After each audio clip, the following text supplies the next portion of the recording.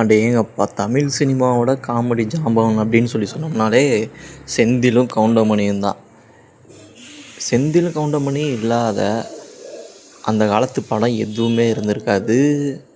அது மட்டும் இல்லை, இவங்க 2 பேரும் பண்ண காமெடி தான் இந்த காலத்து ட்ரெண்டிங்கில் மீம்ஸாக போய்கிட்டுருக்கு. ஸோ அந்த அளவுக்கு செந்திலும் கவுண்டமணியும் ஒன்றா இணைஞ்சு நடித்த காமெடிஸ் எல்லாமே அந்தளவுக்கு ஹிட் கொடுத்துருக்கு. படம் நல்லா இல்லை, கதை நல்லா இல்லை அப்படின்னாலும் செந்தில் கவுண்டமணி அந்த படத்தில் இருக்காங்க அப்படின்னா கன்ஃபார்மாக அந்த படம் ஹிட்டு அப்படிங்கிற ஒரு நம்பிக்கையை எல்லாருக்கிட்டேயும் விதைச்ச காமெடி கிங்ஸ், காமெடி லெஜண்ட்ஸுன்னே சொல்லலாம் செந்திலையும் கவுண்டமணியும். மறக்க முடியாத காமெடி அப்படின்னா கரகாட்டன் படத்தில் வர வாழைப்பழ காமெடி அப்படின்னு சொல்லிட்டு நிறையா காமெடி சொல்லலாம்.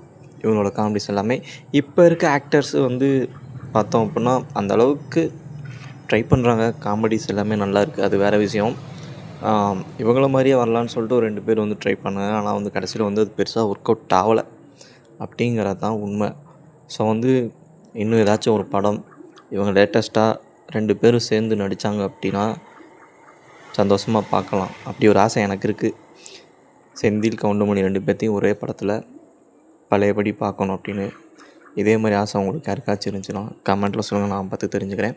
செந்தில் கவுண்டமணி இவங்க 2 பேர்த்தையும் உங்களுக்கு எந்த படத்தில் ரொம்ப பிடிக்கும் அப்படிங்கிறதையும் கீழே கமெண்ட்டில் சொல்லுங்கள். மறக்காமல் நம்ம வீடியோவை லைக் பண்ணிவிட்டு நம்ம சேனலை சப்ஸ்கிரைப் பண்ணிடுங்க.